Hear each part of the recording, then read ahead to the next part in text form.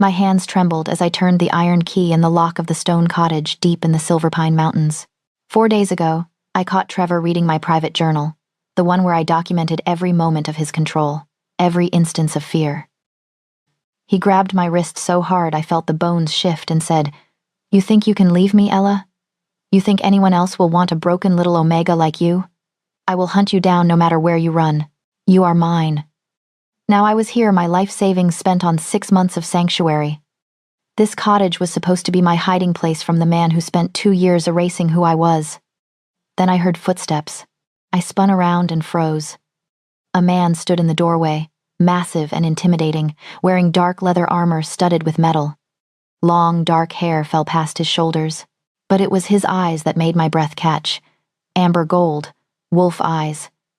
He looked at me like a predator assessing prey, taking in my fear, my bruised wrist, the terror I could not hide. Then something shifted in his expression. Recognition, understanding, and anger on my behalf. "You are the one who rented my cottage," he said, his voice deep and commanding. "I am Ronald Blackthorne, and you, little Omega, are running from someone who hurt you." I tightened my grip on the satchel until my fingers ached, as if the worn leather could anchor me in place. The cottage smelled of cold stone, old smoke, and pine sap blown in from the mountains, but all I could really register was him. He stood only a few steps inside the doorway, broad shoulders nearly blocking the light behind him, as if the rest of the world had been shut out the moment he crossed the threshold. "I rented this place," I managed, my tongue thick and clumsy in my mouth. "For 6 months. The agency in town, they said it was available."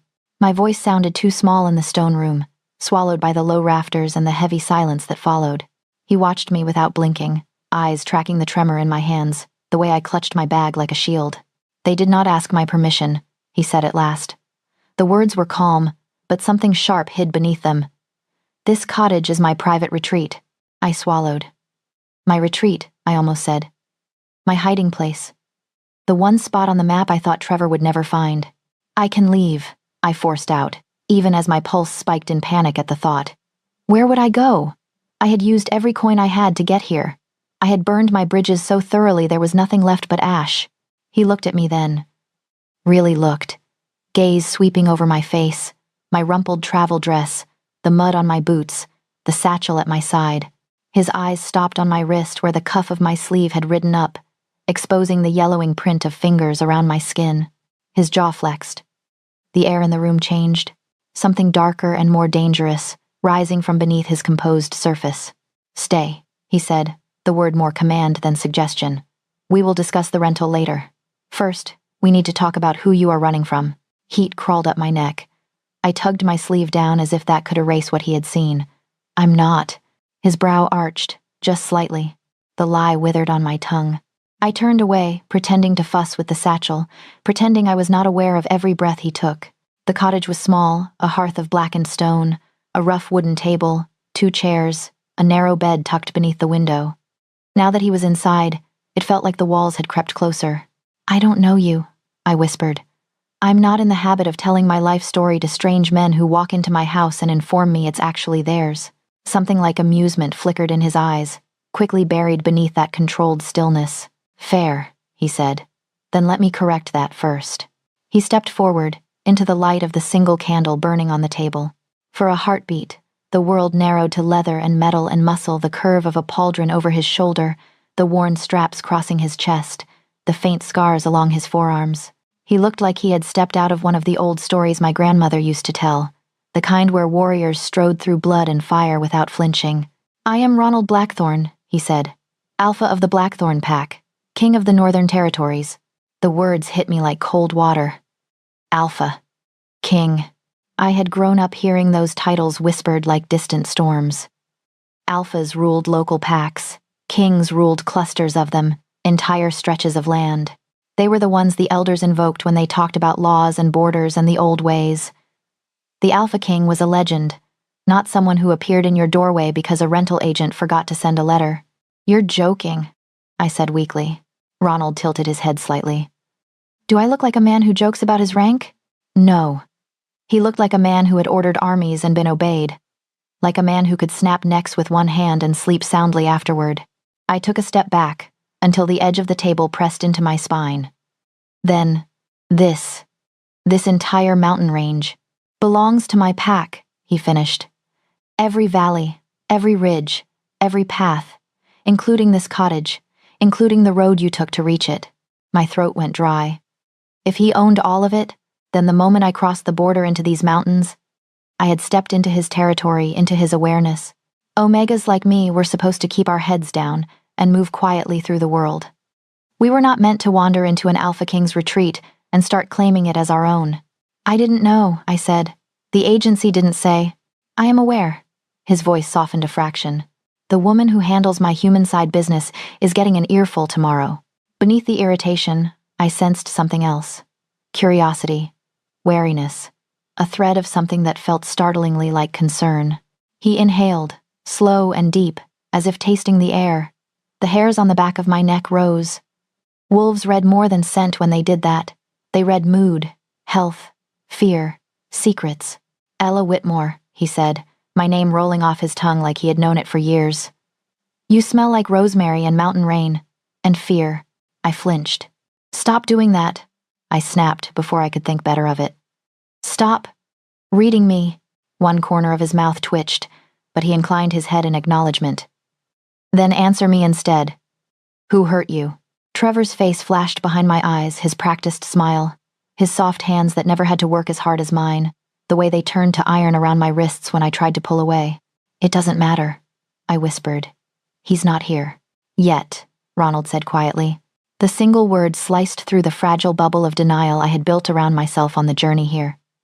Trevor had said he would hunt me. I had believed distance and secrecy would be enough. I had not accounted for the fact that the man I was running from collected favors the way other men collected coins. Ronald studied me for a long moment. Then he moved past me, crossing to the heavy wooden desk tucked beneath the far wall. He opened a drawer and pulled out a sleek black device that looked wildly out of place against the rough-hewn furniture. A phone. A very expensive one. He pressed a button and lifted it to his ear. His voice when he spoke dropped into something colder, edged with command. June, he said. I need you to run a check on someone. Human, female, Ella Whitmore. Came into our territory 4 days ago. My heart slammed against my ribs. What are you doing? He held up a hand, signaling for silence. Yes, he continued. I want everything. Birth records, employment, known associates, and I want a list of any male connected to her with a history of violence. Anyone who might have put bruises on her wrist. He glanced at me as he said it, eyes flicking to the cuff of my sleeve again. Heat flared up my spine, anger, humiliation, something sharp and raw that felt too much like hope. Start with a Trevor Marsh, Ronald added. He smells like entitlement and cheap cologne. Despite everything, a broken laugh escaped me. You are unbelievable, I said. He ended the call and set the phone down with quiet finality. You came into my land injured and afraid, he said. That makes you my responsibility. I didn't ask for that, I protested. I did not ask for you to rent my cottage, he countered. Yet here you are. He took a step closer, and I had to tilt my head back to meet his gaze. There was nothing soft in his expression, but there was no cruelty either. Only a fierce, steady certainty that made my knees feel weak.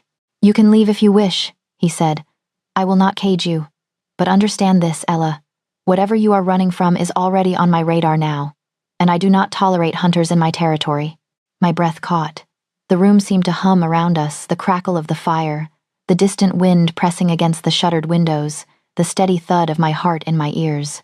For the first time since I fled, I realized Trevor might not be the most dangerous man in my story anymore. And for the first time, I wondered if that might actually be a good thing. Ronald came back with the dawn. I knew it was him before I opened the door. His scent, pine resin, cold night air, and something darker, wilder, slipped through the cracks in the wood, a heartbeat before his knock. When I tugged the door open, he was standing there with an armful of split logs and a burlap sack slung over one broad shoulder, as if hauling half a forest before breakfast was the most natural thing in the world. I brought wood, he said simply, and food. I didn't ask you to.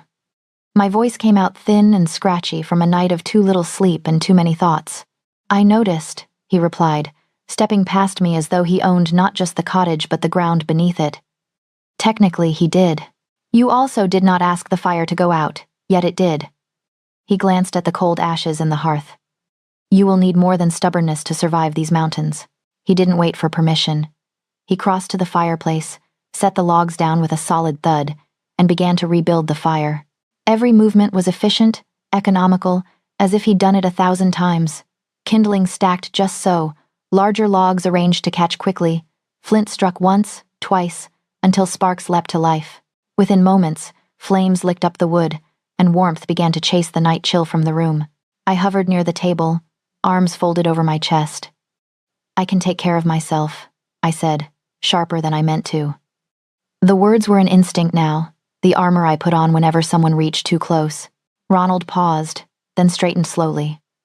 When he turned, the new fire threw his face into planes of light and shadow, bronzing his skin, gilding the edges of his dark hair. His amber eyes found mine and held. "I am sure you can," he said quietly. "But that does not mean you should have to."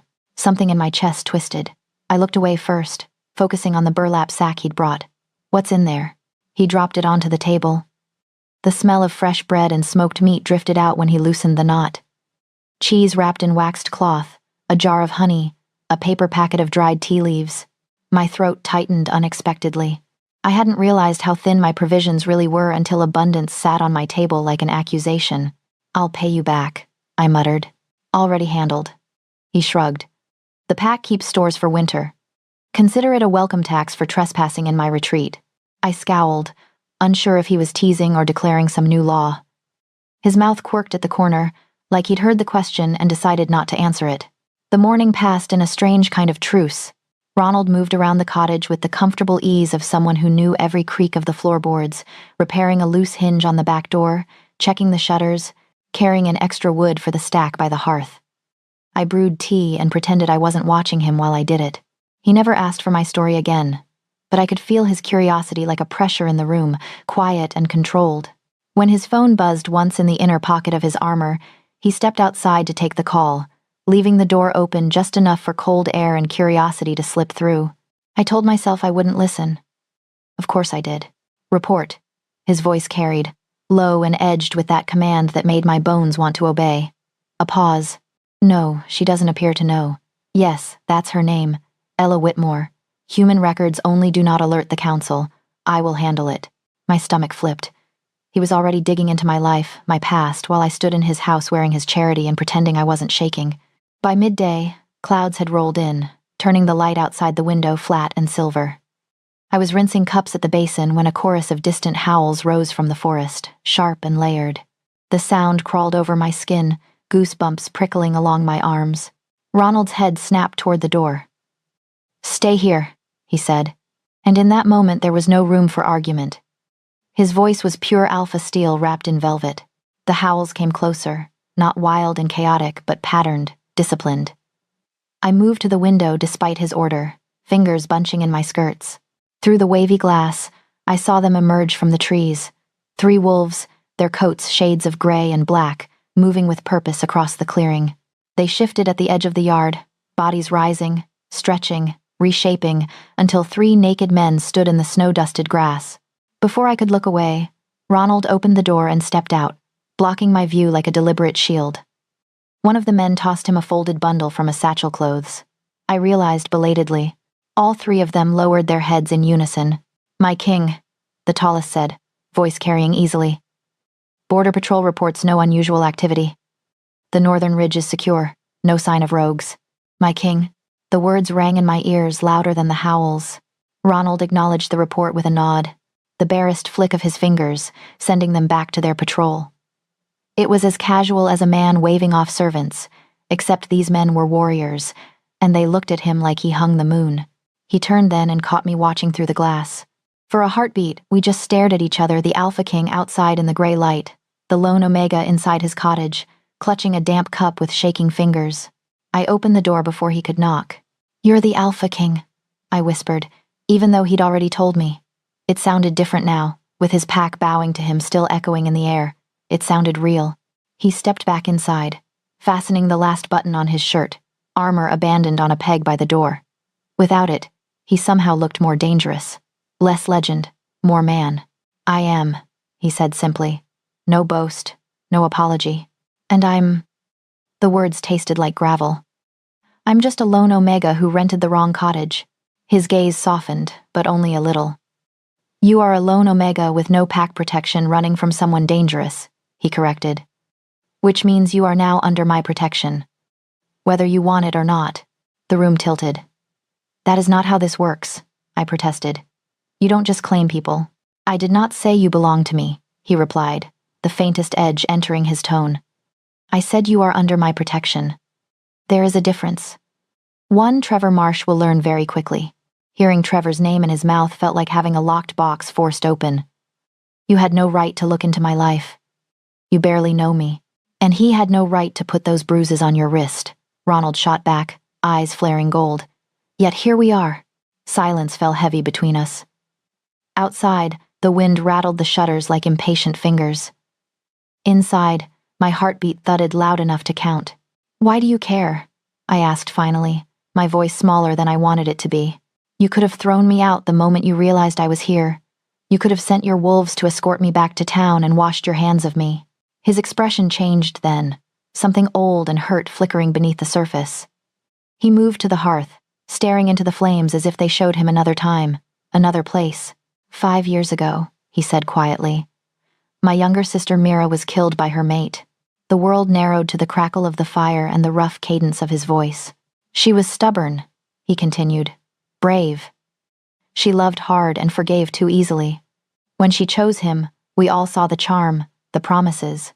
We did not see the way he isolated her. Not until she stopped visiting, stopped writing, stopped smiling. My throat closed.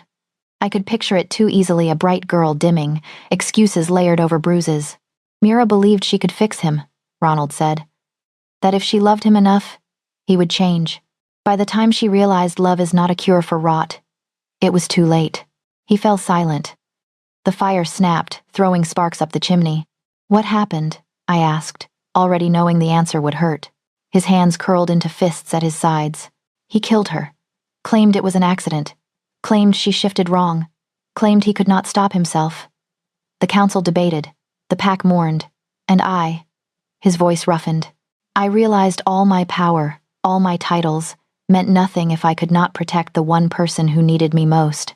A hot sting burned behind my eyes. I blinked hard. When I look at you, he said, finally turning to face me, I see her, not her face, her fear, her stubbornness, her refusal to ask for help even as she drowns. I wrapped my arms around myself, not sure if I was holding myself together or keeping his words out. I will not, he said, each word deliberate, fail again. I wanted to say it wasn't his responsibility, that I wasn't his sister, that he owed me nothing. But the words tangled with the image of Trevor's hand bruising my wrist, his voice hissing in my ear that no one would believe me if I ran.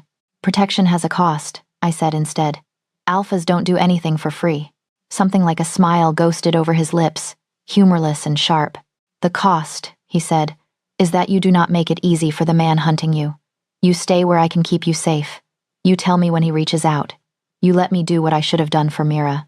And if I refuse? I asked. He stepped closer, close enough that I could see the faint gold ring around his pupils, the tiny scar at the corner of his mouth, the shadow of stubble along his jaw. Then you walk out that door, he said softly, and I will still hunt him for daring to cross into my land and lay hands on what he thought was helpless. But you will be alone when he comes. Again. The choice hung between us, heavy and impossible. I thought of rough hands and whispered threats. Of nights lying awake, planning my escape down to the last coin. Of the way my bones had stopped shaking only when Ronald's wolves howled outside, the sound strange but weirdly comforting. Slowly, I exhaled. I don't like being told what to do, I said. I know, he replied. I heard it in every word you threw at me this morning. I don't trust alphas. Good, he said. You shouldn't, not easily. I met his gaze, searching for the trap, the hidden hook. All I saw was a man balanced on the edge of his own ghosts, offering me shelter in spite of them. Fine, I whispered. For now, I'll stay. I'll let you help. Something eased in his shoulders, so subtle I might have imagined it. Wise choice, he murmured. June will have your file soon. When he does, we start planning. Planning what? He moved past me to the door, hand on the latch, eyes scanning the tree line out of habit. How to make sure, he said, that the next time Trevor Marsh so much as thinks your name, it hurts. 1 week into life in the cottage, the mountains started to sound less like a threat and more like a lullaby. Morning settled into a rhythm I almost trusted. I woke to birdsong and the distant rush of the river instead of slammed doors and shouted accusations. I brewed tea over the hearth, the steam curling into the chill air while pale light spilled through the small window above the sink. Most days I half expected the front door to fly open and Trevor to storm in, snarling that I'd stolen his mug, his time, his peace. Instead, it was Ronald who appeared. He never knocked more than once, one low, solid rap of his knuckles. Then he waited, patient in that infuriatingly calm way of his. He always brought something fresh meat from a hunt, jars of preserved vegetables from pack stores, thick wool blankets accidentally left on my chair. I stopped arguing about the supplies when I realized he would simply ignore any attempt to pay him back. He checked the wards he'd laced around the property too, invisible threads of power that hummed faintly along the tree line. I couldn't see them, but I felt them sometimes, like a soft pressure at the edge of my awareness. When he walked the perimeter, his expression went hard and distant, all alpha and no man. The strange part was how quickly I got used to him being there. I started to recognize the sound of his footsteps on the path, the way his weight shifted the old wood of the porch. I told myself the flutter low in my stomach when he stepped through the door was leftover fear, not anticipation. I told myself I liked the silence better when he was gone, but the cottage felt too big on the days he stayed away. He talked about pack territory while he worked about the northern ridge where the snow didn't fully melt even in summer, about the hot springs hidden deep in the forest, about old treaty lines carved into stone. I listened with my hands wrapped around a mug, pretending I wasn't memorizing every detail like someone might quiz me later. "You're learning fast," he said once, after I correctly pointed out the direction of the nearest border on his crudely sketched map. "Fear is a good teacher," I replied. His gaze lingered on me for a moment, longer than necessary, like he wanted to argue. Then he let it go. For the first time in years, I slept through the night more than once. The nightmares still came, but they blurred at the edges, losing their sharpness. When I woke now, it was to the sound of wolves howling somewhere out in the dark, layered voices weaving into something that felt less like danger and more like a promise. "You are not alone." I almost believed it. On the 8th morning, the illusion shattered. It was a quiet day. Snow clouds pressed low over the mountain, muting the world. Ronald was away at some pack council, his last words at the door, a low warning. "If anything feels wrong, you call me." Immediately.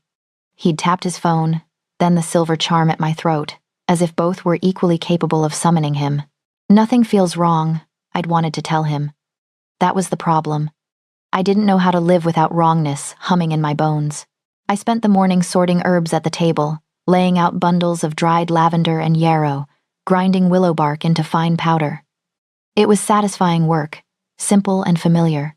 My hands knew what to do even when my thoughts wandered. I almost didn't hear the soft thump on the porch. The wards didn't flare. No footsteps crunched in the snow. Just that one dull sound, like something had been dropped and whoever dropped it had vanished. My skin prickled. Slowly, I set down the pestle and wiped my hands on my apron. Every instinct screamed at me to stay inside, to pretend I hadn't heard anything. But curiosity was a stubborn, reckless thing, and it had kept me alive as often as it had put me in danger. I opened the door. A single envelope lay on the wooden planks, already dusted with a fine layer of snow. No one stood on the path.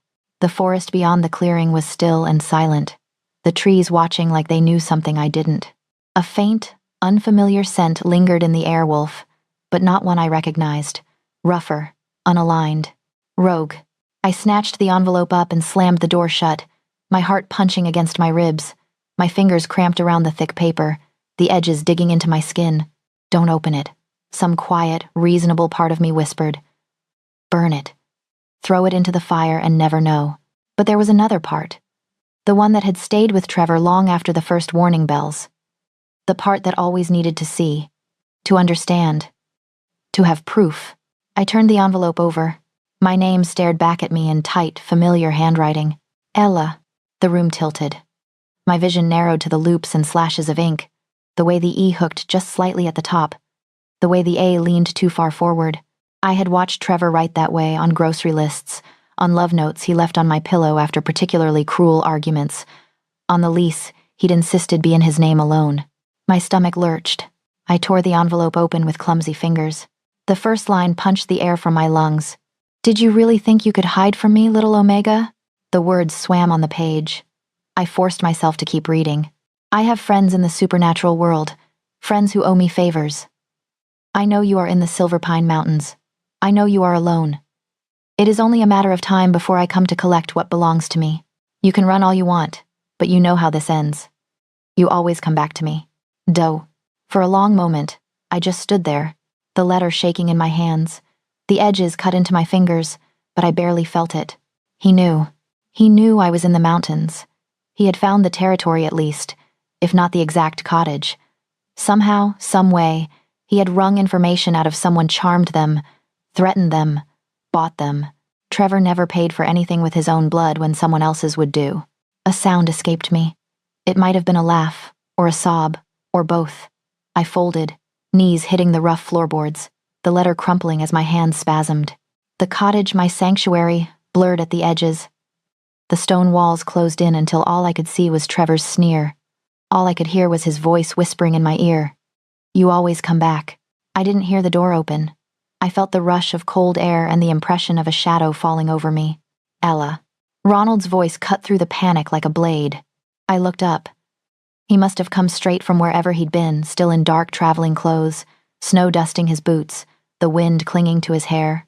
His gaze dropped to the letter in my fist, then to my face. "Give it to me," he said gently. My fingers refused at first, locked in a death grip. He crouched in front of me, large hands covering mine, warmth seeping into my chilled skin. He didn't pry the letter away. He simply waited, letting me feel the solid weight of him, the reality of the cottage around us. Slowly, my grip loosened. He slid the paper free and stood, unfolding it with a single motion. His eyes flicked back and forth as he read. With each line, his expression darkened, the air around him thickening, crackling with contained fury. When he reached the end, his jaw clenched. The letter made a dry, ugly sound as he crushed it in his fist. "He used a rogue to deliver this," Ronald said, voice dangerously calm. "Smart enough not to come himself. Coward smart." I pushed myself upright, leaning against the table for support. "He knows I'm here," I whispered. "He's coming." "He knows you are in the mountains," Ronald corrected. "That is not the same as knowing where you sleep, what wards surround you, whose territory you are under." "It doesn't matter," I said. "He always finds a way." He crossed the distance between us in 2 strides and caught my chin, tilting my face up to his. His touch was firm, not cruel. His eyes burned molten gold. "Listen to me, Ella," he said. "He will not touch you. Not while you are in my territory. Not while I draw breath." Something in his tone, steady, absolute, slipped past my defenses and hooked deep. "You can't promise that," I whispered. "I just did." His fingers brushed my jaw, a fleeting, grounding touch. "Trevor Marsh believes you are alone. That is his first mistake. His second was sending rogues into my lands. I do not forgive trespasses." Fear still coiled in my stomach, but another feeling rose to meet it, sharp and unfamiliar. Hope. Ronald turned toward the door, already pulling his phone from his pocket. "June," he said when the line connected. "We have confirmation. He used rogues. I want every unaligned wolf within 50 miles accounted for by sundown. And find me anyone boasting about a human named Trevor with too much money and not enough sense." He glanced back at me, his gaze softer now, though the anger simmered beneath it. "Go sit by the fire," he said. "Breathe. I'll be back once I've reminded the mountains who they belong to." "He will not touch you," he'd said.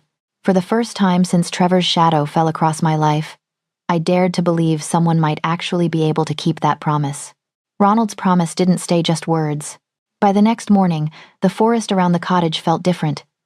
I couldn't see anyone when I stepped onto the porch, but the hair on my arms lifted, my Omega instincts whispering watched. Not stalked the way Trevor used to watch me from doorways and mirrors, but monitored, measured like the territory itself had opened its eyes. Ronald called them wards and patrols. I called them breathing room. He stationed guards along the tree line, warriors who melted into shadow and snowfall. Sometimes I caught a flicker of movement between the pines, the glint of eyes that dipped respectfully when they realized I was looking. They never came closer than the clearing. "This," Ronald said, "was my space. He backed that up in a way that left no room for argument. His things appeared in the cottage's second room, one by one, a stack of neatly folded clothes on the chest at the foot of the bed, a razor on the washstand, a heavy leather belt hanging from the back of a chair. No grand announcement, just quiet, immovable evidence. "You moved in," I said that first night, eyeing the extra pair of boots by the door. He shrugged, unbothered. "I will not leave you unprotected while he is out there," he said, as if it were obvious. "If you wish, I will sleep on the floor." I should have told him to go back to his grand Alpha King mansion or whatever fortress he usually slept in. I should have insisted that I was fine, that I had survived worse alone. Instead, I picked up the second mug and poured more tea. At night, when I lay in my narrow bed, I could hear him in the other room. His footsteps paced a short, restless path from door to window to hearth and back again. Sometimes the floorboards groaned under the weight of his frustration.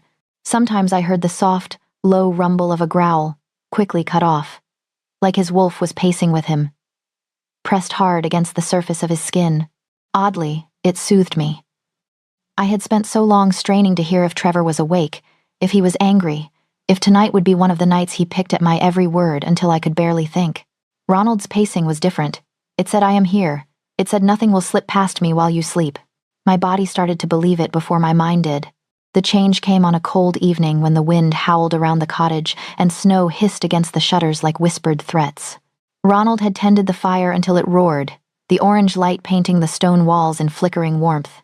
I sat cross-legged on the hearth rug with a basket of mending at my side, pretending to focus on a torn shirt while my attention kept drifting to the man in the armchair across from me.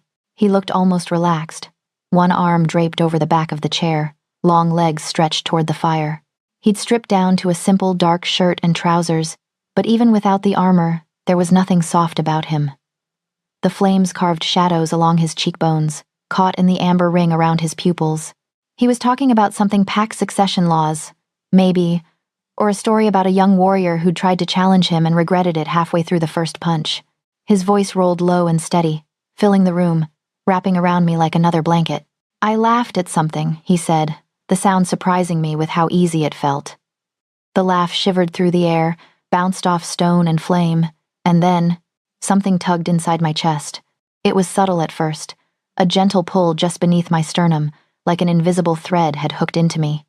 Warmth spread outward, seeping into my ribs, my spine, my fingertips. I inhaled sharply, and the air tasted different, sharper, richer, saturated with him. I looked up.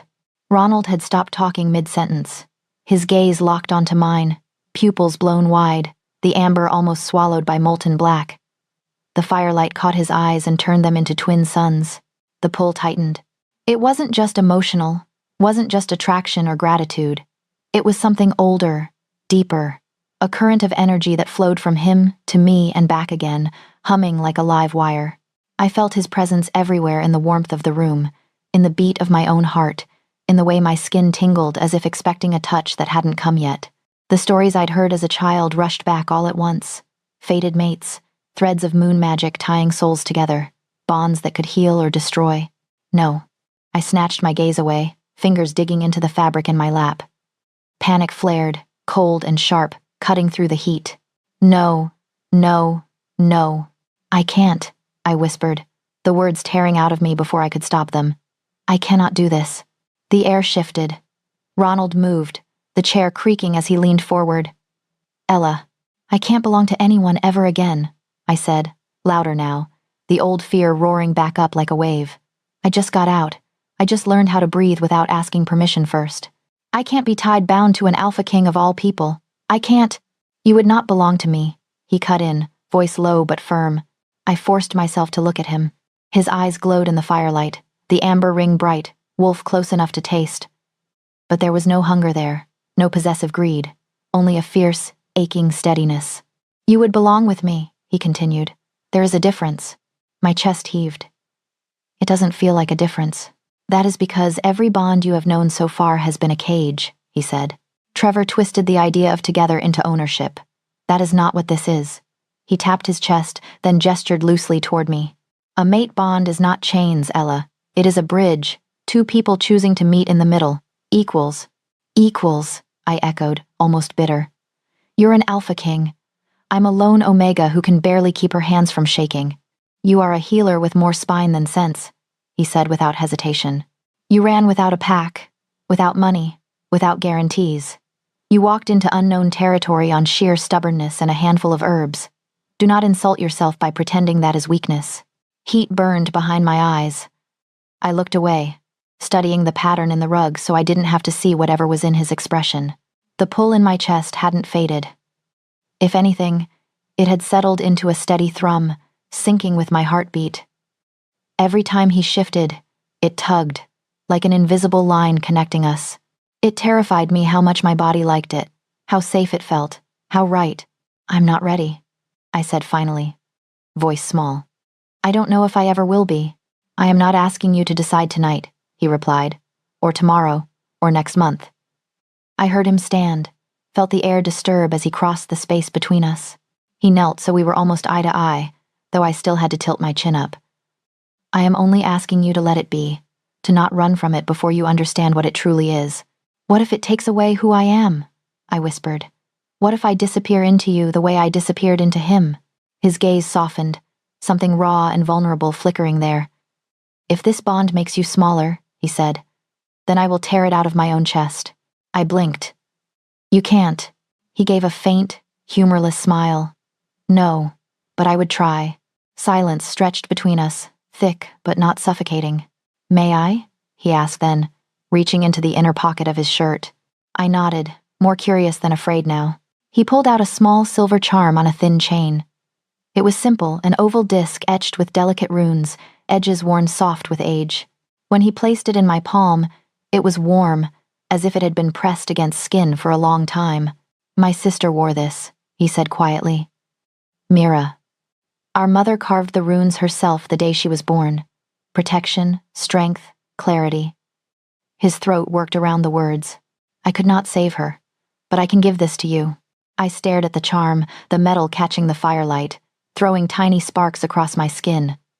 My chest tightened around that strange new thread connecting me to him, to his grief, to his hope. I can't take this, I said. It's all you have left of her. He shook his head. What I have left of her is the promise I made on her grave, that I would never again stand by while a man broke a woman under the guise of love. Letting this sit in a drawer does not honor that. Letting it protect you does. Slowly, my fingers curled around the charm. The runes pressed into my palm, sharp and comforting all at once. Come, he murmured. He took the chain gently from my hand and moved behind me, his fingers brushing the nape of my neck as he fastened it. The touch sent a shiver down my spine, the mate bond humming in approval. I closed my eyes against the intensity of it. The charm settled against my skin, cool for a heartbeat, then warm, as if it recognized its new place. Maybe, he said softly, it will keep you safer than it kept her. I turned my head enough to see him over my shoulder. His face was close, his eyes no longer glowing but still bright. Ronald, I said, his name feeling different with the charm against my throat. Yes? I'm still scared. I know. He stepped back, giving me space. We will go as slowly as you need. And if the bond is nothing more than a thread for now, that is enough. You owe me nothing. The thread tugged, gentle as a promise. I lifted the charm with trembling fingers, letting it fall back against my collarbone. For the first time, the idea of belonging with someone didn't feel entirely like a threat. It felt dangerously close to hope. I told him everything. It started as a trickle, a few careful sentences meant to satisfy his questions, and then somewhere between the first bruise and the last lie, it turned into a flood I couldn't stop. We sat by the fire, the cottage dim except for the orange light licking at the stone, shadows moving over Ronald's face while I picked my history apart, like a wound that had never been allowed to heal. I told him how Trevor had found me at the market clinic, all charm and easy smiles, pretending to be fascinated by my salves and teas. How he brought me coffee and listened to me ramble about herbs and patience, and the way the moon tugged at wolves' moods. How he said all the right things about strong women and independence until the day he didn't. I told him how the change came quietly. A suggestion to close the clinic earlier, for my safety. A frown when I gave discounted remedies to a struggling pack mother. A complaint that I spent more time with clients than with him. Little things that sounded like concern when he said them. Reasonable when I tried to argue with myself later. I told him about the questions that never seemed to end. Where are you going? Who are you seeing? Why didn't you answer your phone? Why did you smile at that male wolf? Why do you need to work when I can provide for you? Ronald's gaze stayed on me, steady and unflinching. The only sound in the room was the fire and my voice, thin and shaking but relentless. He started reading my journals, I said, fingers tangled in the hem of my dress. The ones my grandmother told me to keep. Records of patience, of remedies that worked and failed, but also, I swallowed. Also the ones where I wrote about being afraid, about him, about how wrong it felt. My throat burned. He would quote lines back to me word for word in arguments. He'd say, "You wrote this, Ella. You said you overreact. You said you're too sensitive." And because they were my words, it felt like proof. I stopped trusting my own head. Ronald's eyes flickered, a flash of molten gold in the dim light before he forced them back to human brown. His jaw worked once, then stilled. I kept going. I told him how Trevor insisted on handling our money, so I wouldn't have to worry, until I found myself asking permission to buy herbs I used to collect without thinking. How he showed up unannounced at the clinic, hovering in doorways, listening to every conversation, making my clients uncomfortable until some stopped coming entirely. He told me they were using me, I whispered. That they didn't respect me. That I was too naive to see how they took advantage. I told him about the last friend I had left, a fellow healer named May, and how Trevor slowly poisoned that too.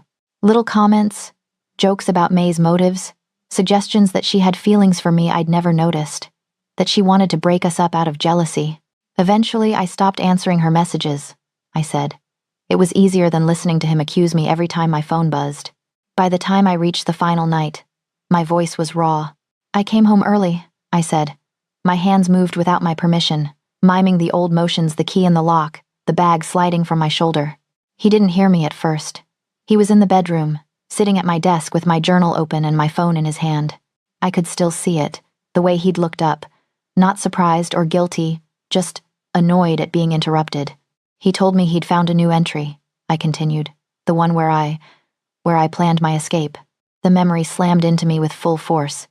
My chest tightened, the room blurred at the edges.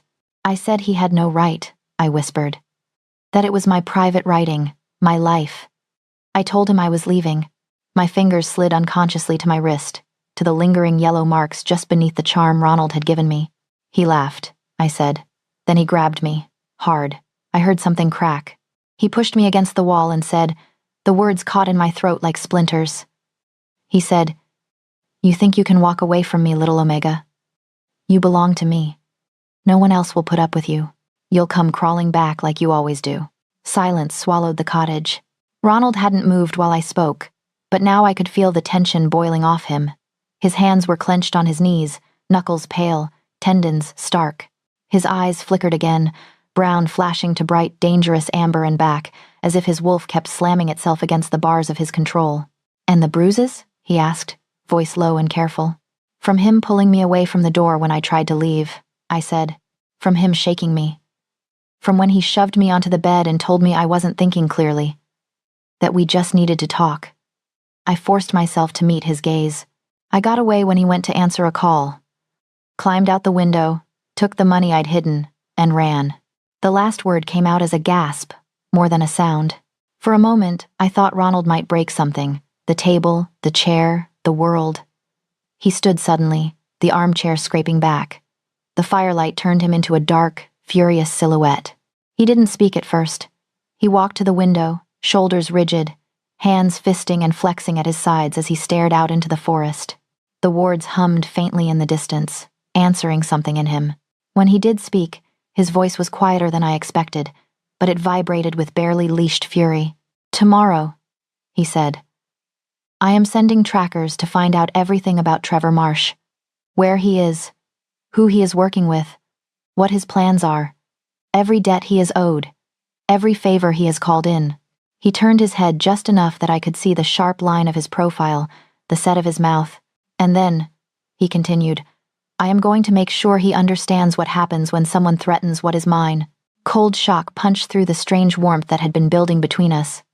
The word lodged like a stone in my chest. "Yours," I echoed, the protest leaping out before I could stop it. "I'm not yours." The last word scraped along old wounds. Belonging meant cages, possession meant bruises. I couldn't do this again, not even with a man who had given me safety and a charm, and the first honest promise I'd heard in years. The room held its breath. Slowly, Ronald turned fully to face me. His expression was intense, yes, but not frightening. The heat in his eyes wasn't the greedy, devouring kind I knew too well.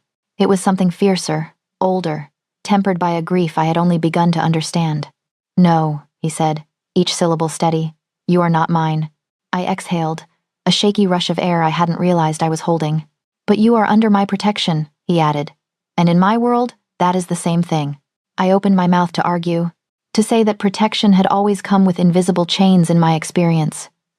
He lifted a hand, not to silence me, but to reach for the stack of papers on the side table. "I had June run a preliminary search the night you arrived," he said, holding up the file. "I did not read all of it yet. I wanted to hear your story in your own words first." He unfolded the top page and scanned it, his mouth flattening. "Trevor Marsh is not just controlling," Ronald said. "He has connections to rogue packs, wolves who operate outside law and territory. He has been negotiating with them, trading favors for information." His gaze cut to me, sharp and assessing. "Information about your location." My stomach twisted. "How long?" "Months," he said. "Maybe longer." He started asking questions about healers on the border. Then about Omegas who travel alone. He paid one rogue pack in weapons to watch the roads leading into these mountains. A chill slid down my spine. I imagined rough wolves lounging in the shadows, passing my description around like a game. "If they had found you first..." He didn't finish the sentence. He didn't need to. Ronald dropped the file onto the table with more force than necessary, the pages fanning out like accusations. "This is not just a man with hurt pride," he said. "This is a man who thinks he can twist the rules of our world to suit his obsession. He is recruiting criminals to steal you back like stolen property. That is not love. That is a threat to my territory." He took a step closer, then another, until he was near enough that I could see the fine lines at the corners of his eyes, the faint shadows of old battles. "You are not an obligation I begrudgingly took on," he said, softer now. "You are a line that has been crossed, more than once. As Alpha King, I cannot ignore that. As a man who has already buried one sister because of a male like him, I will not ignore it." My eyes burned. "What if this makes things worse?" I asked, voice barely above a whisper. "What if you going after him just proves him right? That I needed someone bigger, stronger, more powerful to fix my mistakes?" Ronald's expression gentled, the rage banked but still there, a steady heat instead of wildfire. "Needing help is not a mistake," he said. "His choice to hurt you is. His decision to keep hunting you is. This is not about proving him right. It is about proving him powerless." He reached out, then seemed to remember himself and let his hand drop halfway, giving me space to choose. I closed the distance. It was a small step, barely more than a shift of weight, but his eyes softened as if I'd crossed an ocean. He lifted his hand again, slow enough for me to see every inch of movement, and brushed his knuckles lightly against the silver charm at my throat. "Let me handle the wolves," he murmured. "Let me handle him. You focus on remembering who you were before he convinced you that you were less." "I don't know who that is anymore," I admitted. He gave a faint, almost sad smile. "Then we will find her together." He turned away then, giving me back the room, the fire, the illusion of normalcy. But the decision had already been made. Tomorrow, he would send trackers into the snow. Tomorrow, Trevor Marsh would stop being a nameless shadow on my horizon and become what he really was, prey in an Alpha King's territory. The snow had started to melt in thin, damp veins through the forest, turning the ground soft and dark beneath my boots. I liked this in-between time, when winter loosened its grip but spring hadn't yet decided to commit. The air smelled of thawing earth and pine sap, and my basket was already half full of early shoots, coltsfoot, chickweed, stubborn little nettles burning my fingers in familiar ways. For a few blessed minutes, the world was just plants and soil, and the quiet rhythm of my own breathing. Then I heard the growl. It rolled through the trees, low and rough, too deep to be any normal animal. Every instinct I had went rigid. The birds went silent. Even the wind held its breath. I straightened slowly, my back prickling. The wards Ronald had set hummed faintly at the edge of my awareness, but this sound had come from inside their circle, not beyond. "Ronald," I called, hating the shake in my voice. The answer was another growl, closer this time. 3 wolves stepped out from between the pines. They were massive, bigger than any pack wolves I'd ever seen, their shoulders nearly level with my chest. Coats matted, eyes bright and wrong, too sharp, too eager. Not the steady, assessing gaze I'd come to recognize in Ronald's warriors. This was hunger. This was sport. They fanned out without a word, cutting off the path back to the cottage. One on my left, one on my right, one straight ahead. All three sets of eyes fixed on me like I was the only thing in the world. My basket slipped from my hand, herbs spilling into the mud. "Stay back," I whispered, though my voice had no weight out here. My heart hammered so hard it hurt. My wolf, small, underfed thing that it was scrabbled uselessly within me. The wolf in front of me shifted. Bones cracked, fur receded, limbs lengthened in a grotesque, practiced unfurling. A man stood where the beast had been, naked and utterly unashamed, scars crisscrossing his chest and arms like a map of bad decisions. His smile was thin and cruel, teeth too sharp even in human form. "Trevor sends his regards, little Omega," he drawled, rolling his shoulders as if shaking off the last of the change. His gaze traveled slowly down my body and back up again.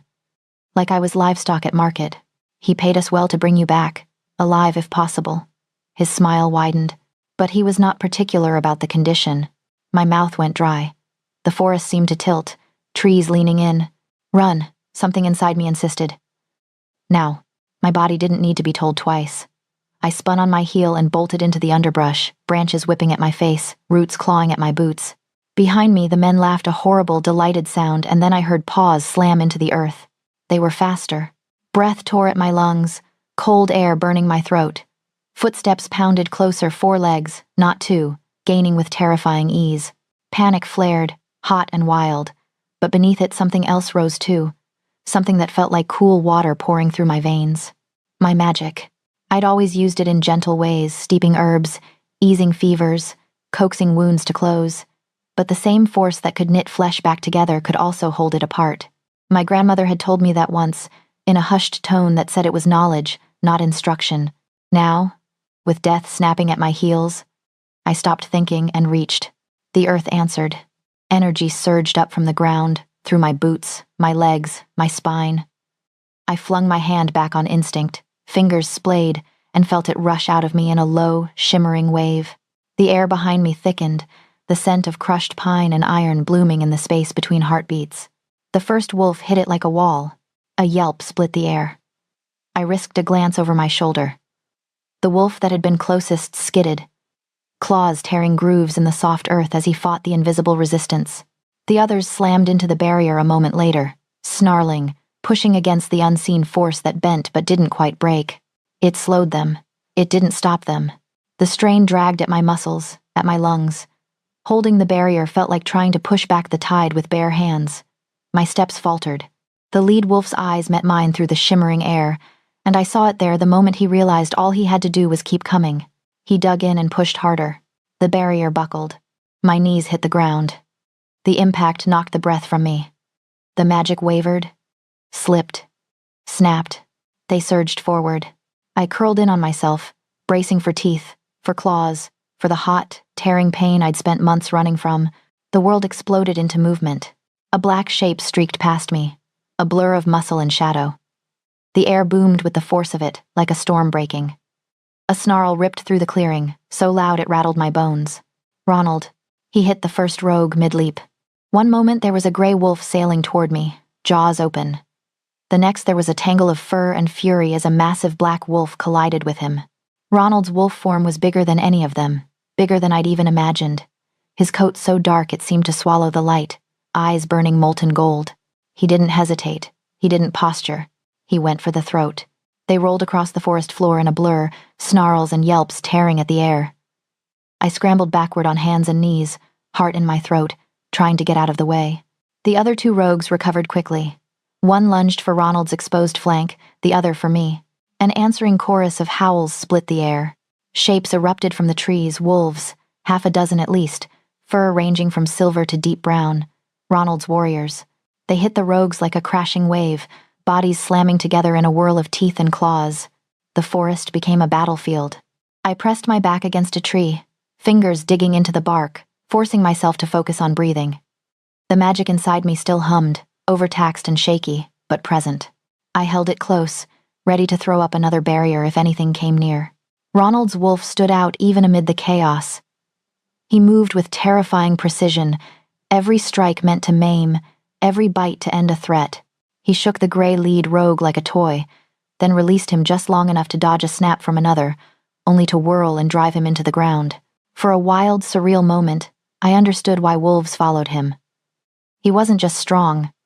He was inevitable. The fight felt like it lasted an hour and an instant. One rogue went down and didn't get up, Ronald's beta standing over him with bloody jaws. Another broke and ran, tail tucked, only to be intercepted at the edge of the ward line, dragged back, forced to submit under 3 warriors' combined weight. The scarred leader, the one who had spoken, struggled in Ronald's grip, teeth snapping uselessly at the air.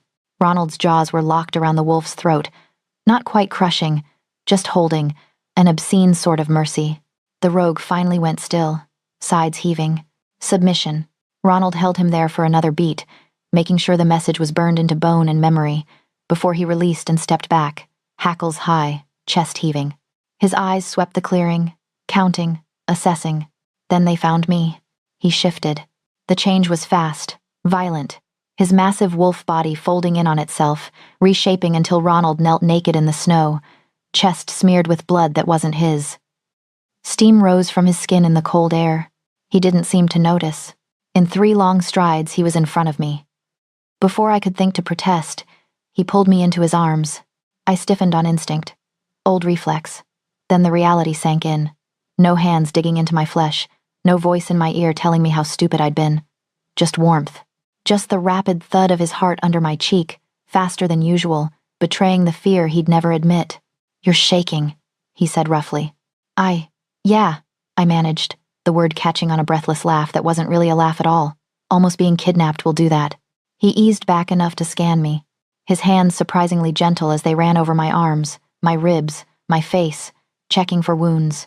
His brows drew together when he reached my palms, fingers brushing the reddened skin where the magic had burned its way out. "You used your power," he murmured, a strange mix of pride and anger in his tone. "You held 3 rogues by yourself." "Not for long," I said. "They would have broken through even if you hadn't, shown up like a lunatic." A flicker of a smile ghosted over his mouth. "Then it is fortunate I make a convincing lunatic." Despite the terror still humming in my veins, I felt something else underneath, something sharp and fierce and startlingly alive. I had run. I had fought. I had not simply folded and waited for whatever fate Trevor had paid these wolves to deliver. I defended myself. I realized aloud, the words tasting strange. Yes, Ronald said. "You did." The approval in his voice hit me harder than the fear had. "Are you hurt?" he asked again, more insistent this time. I shook my head. "Just fried. The magic took a lot." His jaw tightened. "We will talk about that. About how to use it without burning yourself out. But first," he turned his head, gaze cutting toward the subdued rogues. His beta stood nearby, one hand tangled in the scruff of the scarred leader's neck. The rogue's ears were flat, his body language screaming submission now, all the earlier cruelty gone. "First we end this," Ronald said. A chill slid down my spine that had nothing to do with the cold. "What do you mean?" I asked. He looked back at me, eyes hard as tempered steel. "I mean," he said, "that Trevor Marsh thought he could send dogs into my forest and steal what I have sworn to protect. He has escalated. So will I." The words sank in, heavy as stones. "Ronald." He reached out, thumb brushing the silver charm at my throat, grounding me in a way nothing else could have. "This was his warning shot," he said quietly. "Now he learns that kings shoot back." I should have been terrified by the promise in his voice. Instead, watching the rogues cower in the snow and feeling the steady beat of my own heart, I felt something else entirely. Relief. Ronald didn't wait long to move. The night after the attack, the cottage filled with wolves. They came in their human forms, one after another slipping through the door with the easy familiarity of those who had followed the same alpha for years. The room that once felt too big for me suddenly felt too small for all that muscle and power, for the layered sense of fur and steel and snow. Ronald stood at the head of the rough table. No armor this time, just a dark shirt and trousers that did nothing to soften the authority rolling off him. His gaze swept the room once, and the low murmur of voices died instantly. "Trevor Marsh," he said, and even his name sounded like a sentence. has declared himself an enemy of this pack. A low growl moved through the warriors, not loud but unanimous. My skin prickled. He sent rogues into our territory, Ronald continued. He offered them money and weapons to steal an Omega from under our noses. He believes that because he is human, because he uses others to do his dirty work, our laws do not apply to him. He let that hang for a beat, eyes hard. He is mistaken. The words weren't shouted, but the room seemed to pulse with them. Even my bones heard. We will find him, Ronald said. And we will make it clear that Ella Whitmore is under the protection of the Alpha King.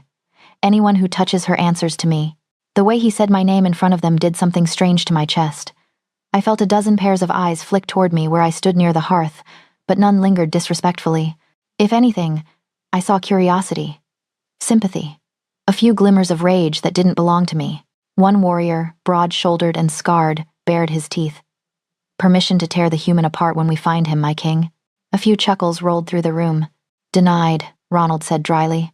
For now, we hunt with our heads as much as our teeth. Jun, a tall man with sharp features and watchful eyes, stepped forward. I recognized him from earlier glimpses. Ronald's beta, the one who always seemed to be where trouble might start. We've confirmed his presence near the southern border, Jun said, unfolding a worn map across the table. He's camping in the ravine here with what's left of the rogue pack he hired. 5 wolves, maybe 6, all unaligned, all mean. He tapped a spot uncomfortably close to the line that marked the edge of Blackthorn territory. He is planning another move, June added. We intercepted a message offering double the pay for extra hands and better teeth. My stomach turned. He's not giving up, I said, more to myself than anyone. No, Ronald agreed. He never would, not unless someone made him. The warriors shifted, the air thick with anticipation. This was what they were built for. Protect territory, follow the Alpha, remove threats. I was the variable, the human-raised Omega standing on the edge of their world with my heart in my throat. I cleared my throat. I'm coming with you. The room went utterly silent. Ronald's head snapped in my direction. No. I wasn't asking, I said, surprising myself with how steady it sounded. My hands shook around the edges, but the words landed clean. He is my nightmare, not yours. I need to face him. I need to see him defeated. Otherwise, I will never truly be free. His gaze locked with mine, amber eyes narrowed. For a moment, Alpha slammed against mate, authority against stubbornness. Then, to my shock, something like understanding softened his expression. This is not a story where you need to prove your worth by walking into danger, he said.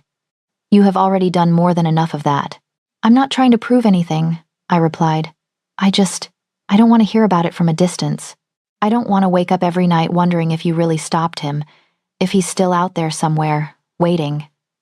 I need to see him realize he can't hurt me anymore. The raw truth of it hung between us. Ronald studied me for a long, heavy moment. I could almost hear the gears turning in his head, weighing strategy against trauma, risk against the cost of saying no. Finally, he exhaled through his nose.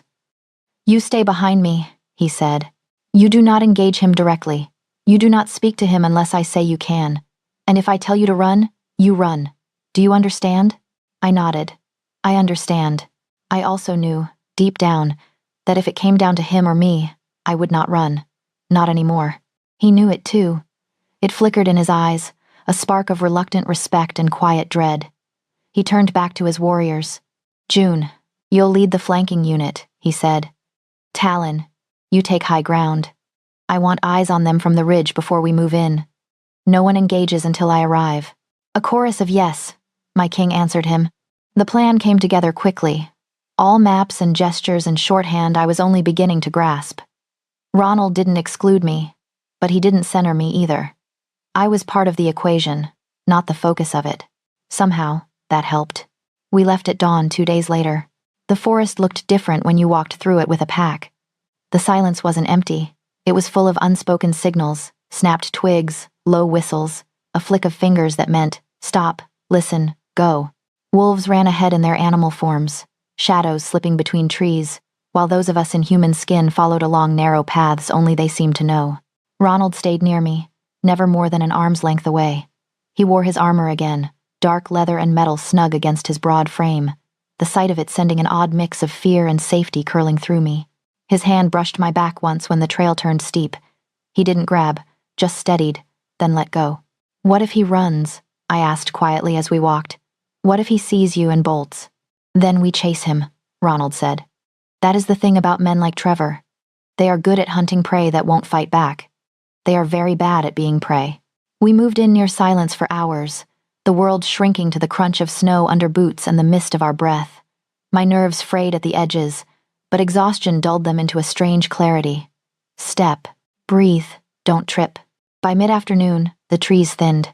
June materialized out of the shadows ahead, shifting smoothly from wolf to man, as if the forest had simply decided to spit him out. He didn't bother with clothes. Grabbing the spare trousers, Ronald tossed him with habitual ease. They're in the ravine, he reported. 6 rogues, 1 human. Camp is sloppy. They've been drinking. Weapons are cheap, but there are enough of them to be a problem if they get lucky. His gaze flicked to me, then back to Ronald. He talks big, June added. Likes to brag about his omega. Heat rushed to my face, anger rising to meet the shame. Ronald's jaw clenched. Positions, he said. No one kills the human unless I give the order. But we can hurt him, Talon said, a little too eagerly. If he reaches for her, Ronald replied, you do whatever you must. We approached the ravine from above, bellies to the snow, peering down through a lattice of branches. Trevor's camp sprawled sloppily across the hollow, a fire pit ringed by empty bottles, a tangle of bedrolls, weapons stuck haphazardly in the ground. Trevor stood near the fire, gesturing animatedly with a bottle in his hand, telling some story I couldn't hear from this distance. Even from above, I recognized the way he moved too loose, too confident, as if the world was just a stage built for his performance. My lungs tightened. There he is, I whispered. The man who had read my journals, the man who had convinced me I was nothing without him, the man who had paid wolves to drag me back bleeding. He looked smaller from up here. Ronald glanced sideways at me, gauging my reaction. I didn't look away. I'm ready, I said, surprising myself with how true it felt. He nodded once. On my mark, he murmured to his warriors. We closed the circle, no one in, no one out. As they slipped away to their positions, I stayed pressed against the snow, watching Trevor laugh at something one of the rogues said. The sound floated up faintly too loud, too theatrical. The same laugh he used to diffuse my anger, to make me feel foolish for ever doubting him. He had no idea the world above him was closing in. Not yet. He was not giving up. He never would. Not unless someone made him. Darkness had teeth that night. Clouds swallowed the moon, turning the mountains into a mass of shadow and shifting shapes as we made our way back to the cottage. The air was sharp with cold and the metallic tang of anticipation. Ronald walked at my side, his stride sure even on the uneven path, pack warriors fanning out around us like moving stone. Every step closer tightened the coil in my chest. This was where it had started, my shaking hands on the iron key, my fear spilling into the stone walls. It made a cruel kind of sense that it would end here too. I knew something was wrong before I saw him. The wards hummed the way they always did when we crossed them, but underneath there was a jarring, discordant note, like a plucked string gone sour. The cottage came into view, windows dark, chimney cold. No light. No welcoming glow of the hearth Ronald had made a point of keeping lit whenever I was home. Ronald's hand shot out, stopping me with a firm touch at my stomach. Stay behind me, he murmured. A shadow moved near the porch. Then another. Wolves stepped out of the darkness, teeth bared, eyes glinting in the faint starlight. Rogues 7, 8, more sliding from between the trees, encircling the clearing like they'd been waiting. Because they had. He knew we'd come back here. He knew this place mattered. Positions, Ronald said, voice low but carrying. His warriors shifted, some dropping seamlessly into wolf form, others staying human with weapons drawn. The air crackled. The first rogue lunged. Everything exploded. Wolves slammed into each other with bone-jarring force, snarls and yelps shredding the night. Claws tore fur, teeth found flesh. The clash of bodies echoed off the stone walls of the cottage, turning the clearing into a vortex of violence. I did what Ronald had told me to do. I stayed behind the front line. But I was not still. My magic, still raw from the fight in the forest days ago, surged in response to the chaos. It didn't care that I was afraid. It cared that people I had come to rely on were bleeding. I reached for it. The world sharpened. Each heartbeat thudded like a drum. I could feel the threads of energy running through the clearing, through the earth, through the trees, through the wolves locked in combat. I had always used those threads to soothe, to mend. Now I tugged in the opposite direction. I focused on Ronald's warriors first. I pushed strength into them, a warm rush that flowed from my chest through my hands and out into the air. It found them like it knew their names. June, with his precise strikes. Talon, with his reckless leaps. The gray she-wolf who'd nodded to me every morning. Their movements sharpened, grew surer. Wounds that would have slowed them before now stung but didn't drag them down. The rogues, I touched differently. I sent the same energy toward them but twisted, cooling it until it was a drag instead of a gift. Their muscles seemed too heavy, their steps just a fraction too slow, their vision hazy at the edges. Claws missed by inches, teeth snapped on empty air, confusion flickered in their eyes. I lifted a hand, fingers spread, and built a barrier like the one in the forest, but this time, I wasn't alone. I anchored it in the wards Ronald had laid, threading my magic through his, weaving defense into the lines that already circled the cottage. When a rogue tried to break past the edge of the fight toward the door, he hit an invisible wall and rebounded, stumbling into the path of a waiting warrior. A savage kind of satisfaction sparked in me. For once, I wasn't simply surviving. I was part of the fight. Movement at the edge of the clearing caught my eye. Trevor. He stood in the shadows near the woodpile, wrapped in a dark coat, half his face lit by the chaos he'd caused. He wasn't watching the battle with fear. He watched with fascination, with the detached greed of a man who believed everything in front of him was his to take. His gaze slid over the wolves and landed on me. Even from a distance, I saw his smile. "There you are," that smile said. "There's my runaway." He took a step toward me. My stomach lurched, but I didn't step back. The mate bond hummed, a thread taut between my chest and Ronald's. Even with him in wolf form somewhere in the melee, I could feel Ronald's fury, his focus, the way every part of him was tuned to the fight. Trevor clearly felt none of that. He moved along the outer edge of the clearing, skirting the worst of the chaos. He thought he'd found a gap in our defenses, a blind spot. "Ella," he called softly, voice cutting through the noise like a knife. "Stop this. Come here. We'll fix it." The words hit like ghost blows, echoes of 100 arguments. For a heartbeat, I was back in our old bedroom, his fingers bruising my wrist while he told me I was overreacting. Then I remembered the letter. The rogues. The way he'd bought and sold my safety. "No," I said, and the word had weight this time. His face darkened. He took another step. A black blur streaked out of the fighting. Ronald hit Trevor like a thunderbolt. 1 second Trevor was moving toward me. The next he was on his back in the snow, the wind knocked clean out of him. A massive wolf standing over his chest with lips peeled back from gleaming teeth. Ronald's growl shook the air, deep and lethal. For the first time that night, Trevor looked truly afraid. "Ronald," I called, forcing my voice to carry. "Don't kill him, not yet." Golden eyes flicked toward me, wild and bright, then back to the man beneath his paws. For a heartbeat, I thought he might ignore me. Then, he stepped back. He didn't let Trevor go far. He followed every scrambling move, herding him, forcing him toward the cottage door, like Trevor was just another rogue to be driven where the alpha wanted him. The battle behind us raged on, but it was shifting. The rogues faltered, some breaking and trying to flee only to find the path barred by furious blackthorn wolves. My magic held, woven into Ronald's wards like a second skin. Trevor stumbled through the doorway, tripping over the threshold.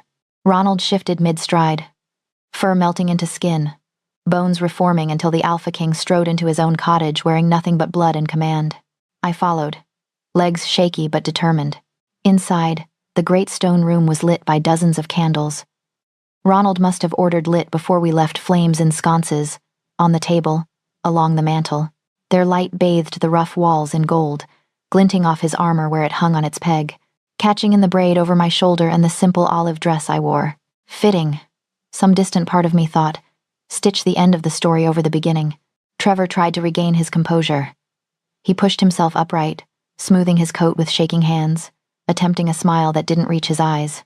"Ella," he said, breathless but patronizing. "Look at you, playing house with the monsters. This isn't you. You're confused. You always were." Ronald moved.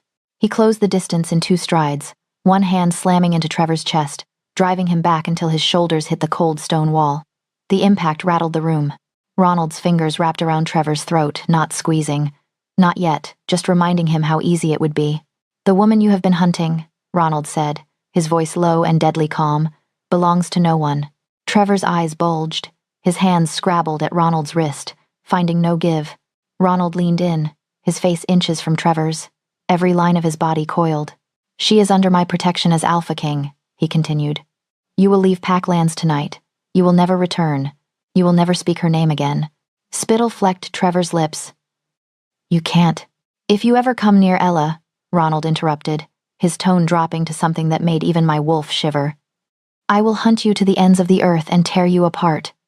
I will salt the ground you walked on. I will make sure every rogue, every pack, every human town between here and the sea knows your name as a warning, not a man. Trevor's bravado crumbled. I watched it happen, the quick calculations behind his eyes, the realization that this was not a man he could charm or manipulate or outtalk, that the rules he'd always twisted now wrapped around his neck like a noose.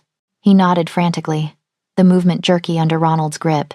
Say it, Ronald demanded. I'll go, Trevor croaked. I'll go. I won't come back. I won't say her name, I swear. Ronald studied him for a long, terrible moment, weighing the promise, the fear, the selfish instinct to survive. Finally, he released him. Trevor sagged against the wall, one hand flying to his throat, eyes wild. Good, Ronald said, stepping back. He turned his head slightly, meeting my gaze across the room. Now run, and never look back. For one heartbeat, Trevor hesitated. Then his survival instinct took over. He bolted. He stumbled through the door, out into the blood-scented night, past the wolves who watched him go with bared teeth and barely contained fury. No one moved to stop him. They didn't have to. Ronald's words had leashed him more effectively than any collar. I stood in the candle-lit room, heart pounding, watching the empty doorway where the man who had once owned my every breath had just fled like a whipped dog. The cottage walls seemed to exhale around me. The stone, the fire, the very air felt different. For the first time since this nightmare began, Trevor was no longer a looming inevitability. He was just a man who had been made to run. The moonstone altar looked like something carved out of a dream. It rose from the center of the clearing, a wide slab of pale stone shot through with veins that caught the moonlight and threw it back in soft, shimmering waves. Torches ringed the open space, their flames flickering gold against the dark tree line. But it was the full moon overhead that ruled the night, watching like a silent witness. I stood at the altar's edge in a gown of silver and white that caught every scrap of light and turned it into stars. The fabric whispered around my ankles when I breathed, when I shifted, when the wind moved through the clearing. My hair was braided in the old style, small moonstones woven through the plait to rest against my neck alongside the familiar weight of Mira's charm. Around us, the pack had gathered. Hundreds of wolves from across the northern territories filled the clearing and the slopes beyond, some in human skin, some in their wolf forms, all focused on the two of us. Alphas from neighboring packs stood near the front, warriors behind them, pack families clustered further back. The air buzzed with anticipation and something wilder, older, the weight of tradition settling over every heart. Ronald stood before me. He wore his formal armor, the black leather polished, the silver etching catching the firelight in sharp flashes. His dark hair hung loose around his shoulders, a contrast to the rigid discipline in the set of his shoulders. But his eyes, his amber eyes, were soft tonight, glowing with something that had nothing to do with the moon and everything to do with the way he was looking at me, like I was the only thing in this clearing that mattered. Ella Whitmore, he said, his voice carrying easily over the gathered wolves. Do you accept me as your mate? The words settled over my skin like a touch. A year ago, they would have felt like a sentence. Now, they felt like a doorway. Do you accept me, he continued, as your partner, your equal, your king? The old fear stirred once, a faint echo king, power, control. Then it receded beneath the weight of everything we had built in the last 6 months. The nights spent planning the Mira Foundation, the mornings we walked the borders together, not because I had to, but because I chose to. The way he had stepped back when my voice rose, the way he had listened even when I was afraid he wouldn't. I do, I said. My voice rang clear through the clearing, stronger than I had ever heard it. The words did not taste like surrender. They tasted like a vow I was making to myself as much as to him. The pack reacted with a low, pleased murmur. A few wolves lifted their heads, eager for the coming howl. Ronald's mouth curved, slow and genuine. He took my hands in his, calloused palms enveloping my fingers with careful warmth. Your turn, he murmured. Just for me. I drew a breath that felt like it came all the way from the day I first turned that iron key in the cottage door. Ronald Blackthorne, I said, letting my voice carry the way his had. Do you accept me as your mate? The hush that fell over the clearing at those words was different, expectant, charged. Tradition allowed, even demanded, that the question be asked both ways. But from the way some of the older alphas watched us, I knew not all had stood here like this on equal ground. Do you accept me, I continued, as your partner, your equal, your queen? His answering smile was bright enough to rival the torches. I do, he replied, without hesitation. Always. The bond snapped fully into place with those words. I had felt it growing for months, a thread tightening between us, a warmth that flared when he touched me, a steady hum whenever he was near. But now it surged, a wave of energy that crashed through my chest and into his, then rebounded, weaving us together in a pattern that felt ancient and entirely ours. I saw flashes that weren't just mine, mountain ridges from his first shift, the weight of the crown when he inherited it too young, Mira's laughter on a summer day. In return, he saw my grandmother's hands sorting herbs, the dim light of the old clinic, the moment I'd first stepped into his cottage and thought I had made the worst mistake of my life. The pack felt it too. Howls erupted around us, rising one by one until the clearing shook with the sound. Wolves in fur lifted their muzzles to the sky, voices braiding together into a single wild chorus. Those in human form tilted their heads, some letting the sound escape their throats unrestrained, others simply smiling, eyes bright. Behind me, the Mira Foundation's banner fluttered gently in the night breeze. We had built it on pack land with Ronald's backing and my stubbornness, a sanctuary for Omegas and others escaping abuse, with wards as strong as any fortress and healers on staff day and night. Women and men had already begun to arrive, shaking, exhausted, but alive. I worked there most days now, teaching, healing, listening, not just patching wounds but helping people map a future. My practice had grown with it. No longer a cramped market stall or a room Trevor controlled, it now stretched across the territory. Packs sent messengers to request remedies and training. Humans from nearby towns came too, drawn by whispers of a healer who understood both worlds. I reclaimed the title healer fully, without Trevor's skepticism poisoning it. Trevor himself was far from here. Ronald's decree had not ended with that night at the cottage.